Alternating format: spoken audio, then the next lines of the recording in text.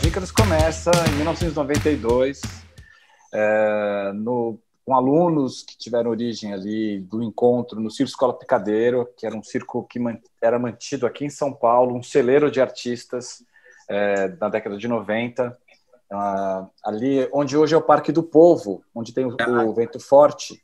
Ali ficava estacionado um circo fixo, dirigido pelo Zé Wilson Moura Leite, onde um grupo de pessoas, 10 pessoas especialmente, se encontraram ali e resolveram, assim, já estávamos ensaiando há algum tempo, surgiu um pretexto de uma apresentação, em algum momento a gente já estava mais que ensaiando, mais que fazendo aula, a gente começou a ensaiar mesmo, com uma facilidade de um grupo de pessoas muito talentosas que se encontraram ali, rapidamente, e de uma maneira talvez um pouco irresponsável, começaram a montar um grupo e pleitear uma vida artística assim, de supetão. Em 3 meses a gente montou.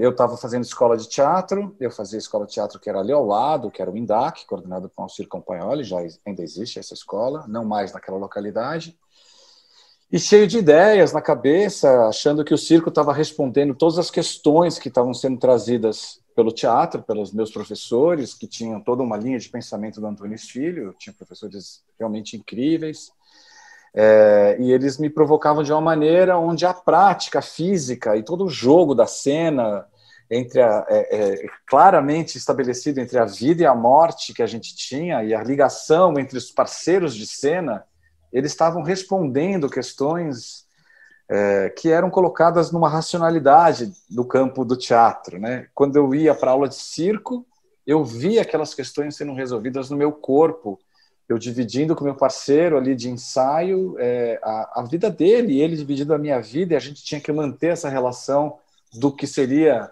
a maior importância do jogo teatral. Ali era um jogo de risco de vida e morte o tempo todo verdadeiro, não só se a cena teria vibração necessária, se o jogo teatral estava acontecendo. Então foi uma escola muito rápida, e rapidamente tinha que dar um nome para o grupo, por conta de uma contratação que iria acontecer, nossa primeira contratação paga. E aí vinha sendo discutido isso, sempre colaborativamente, era uma criação coletiva, e aí nunca se chegava a um nome. E aí, de supetão, eu dava carona para a pessoa que ia nos contratar à noite, depois da aula de teatro, era um professor maravilhoso, o Lio, e um cara muito querido, muito importante na nossa trajetória. E aí eu fui levá-lo para casa, ele falou: Marco, tem que falar agora, amanhã de manhã eu tenho que estar com esse contrato na mão. E aí eu soltei esse nome, estava pensando muito sobre ele, muito inspirado numa coisa que era a vivência dentro de uma lona. Isso é importante que as pessoas saibam, que tem muito pouca oportunidade de frequentar lonas hoje em dia, na cidade de São Paulo, são poucos os espaços destinados a isso, mas uma lona que você fica respirando, né?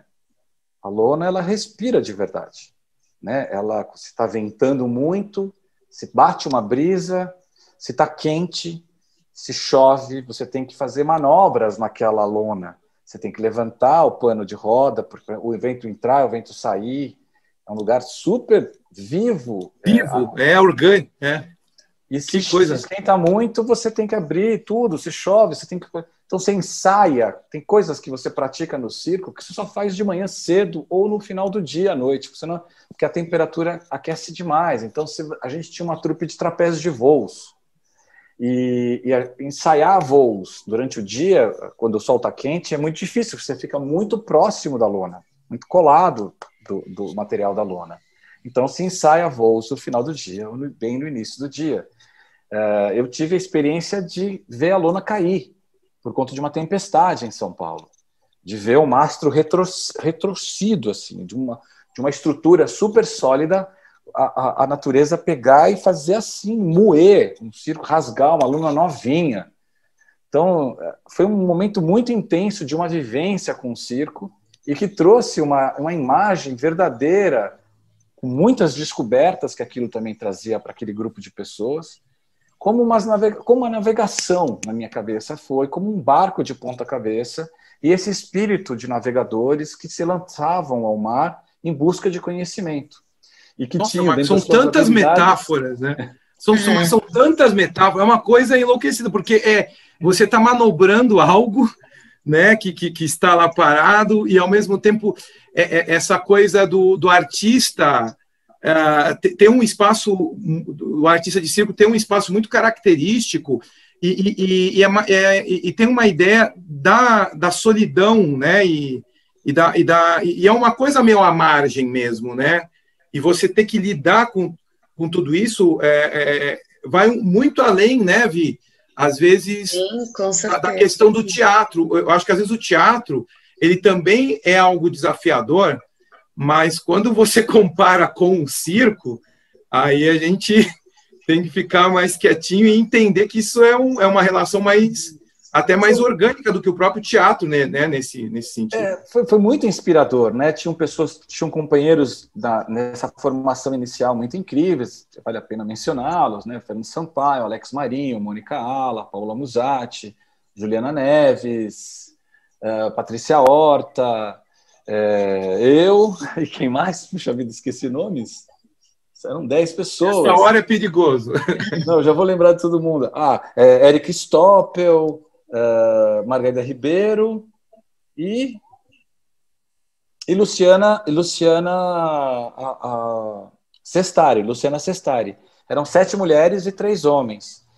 E um momento muito inspirador, de verdade muito inspirador, porque, além do mais, você estava convivendo de uma maneira muito natural, no sentido de você ter que lidar com o dia que está frio, o dia que está quente, na cidade de São Paulo, no centro nervoso da cidade de São Paulo. Então era um privilégio subir na lona e ver o sol se pondo ali no Rio Pinheiros, entendeu? Tinham várias questões ligadas à cidade, era uma intervenção arquitetônica na cidade. Então, os elementos inspiradores que aquele período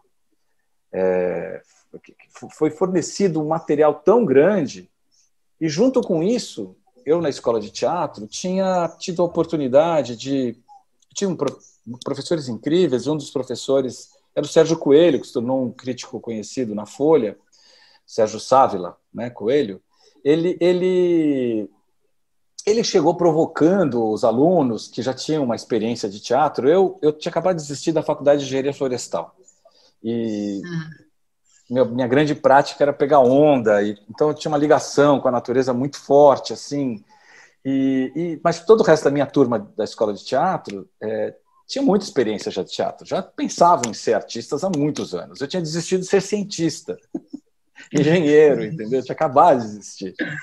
E levado pela minha irmã, que é atriz, a Melissa Vettori, que falou, vem fazer esse curso de teatro, que você vai gostar. E começavam a falar sobre física quântica.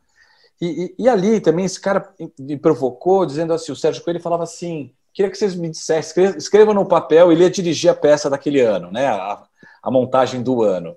E aí ele falou, escrevam aí no papel o que vocês gostariam de fazer, o que vocês imaginam, que espetáculo vocês imaginam. Aí cada um foi escrevendo, eu falava, Cacilda, eu não tenho a menor ideia, eu comecei agora, como é que eu vou falar o que eu quero fazer, né?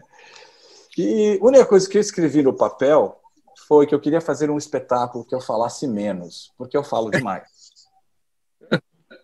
Que eu falasse menos, que eu usasse as palavras... Foi usar a linguagem do circo, né? As palavras não fossem suficientes. De alguma forma, colocou mais o corpo em jogo, né? As palavras fossem apenas um braço, uma perna, uma parte, né, desse corpo. E logo terminou o intervalo, abriram a porta, assim, era uma porta de vidro de correr, e tinha um mural da escola de teatro ali. E tinham vários cartazes pendurados. E um cartaz, especificamente, eu até pensei em trazer o cartaz aqui, acabei esquecendo.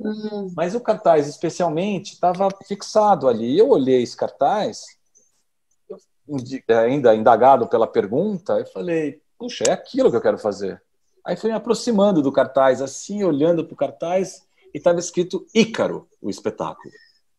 Da companhia Sunil, que é uma companhia italo-suíça, da Suíça italiana, dirigida por um grande amigo, hoje em dia, um grande amigo, um grande mestre para mim, mas mais que tudo um grande amigo, chama Daniele Finzi Pasca, que inaugurou depois de alguns anos. Ele se especializou em direção de espetáculos que misturam essas linguagens, de teatro acrobático, como seria a melhor definição dos nossos trabalhos. E ali se fez essa ideia da nau, desse barco de ponta cabeça, dessa vivência. Tem um jogo de palavras, porque no circo tem uma habilidade que chama número de Icários, e com o anal de Ícaros, que eram esses argonautas que se lançavam ao desconhecido, e o Ícaro, vou terminar, hein? O Ícaro tem a grande metáfora, de fato, é o Ícaro, né? Essa mitologia.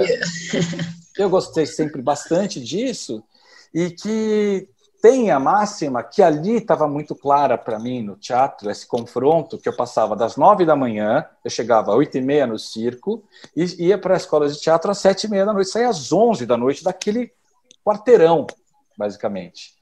E o Ícaro, dentro de uma das leituras do mito, ele é filho de Dédalo, o que é o grande arquiteto de Creta, é o cientista, e o Ícaro o aprendiz.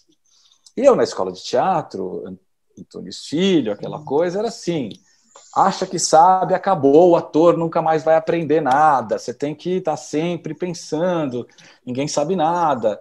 E a questão da luz, né, da luz que te ilumina, que você assim, vai descendo pelo conhecimento, você morreu. Né? Eu falei, o calor dos refletores. Que essa coisa da luz, da sabedoria...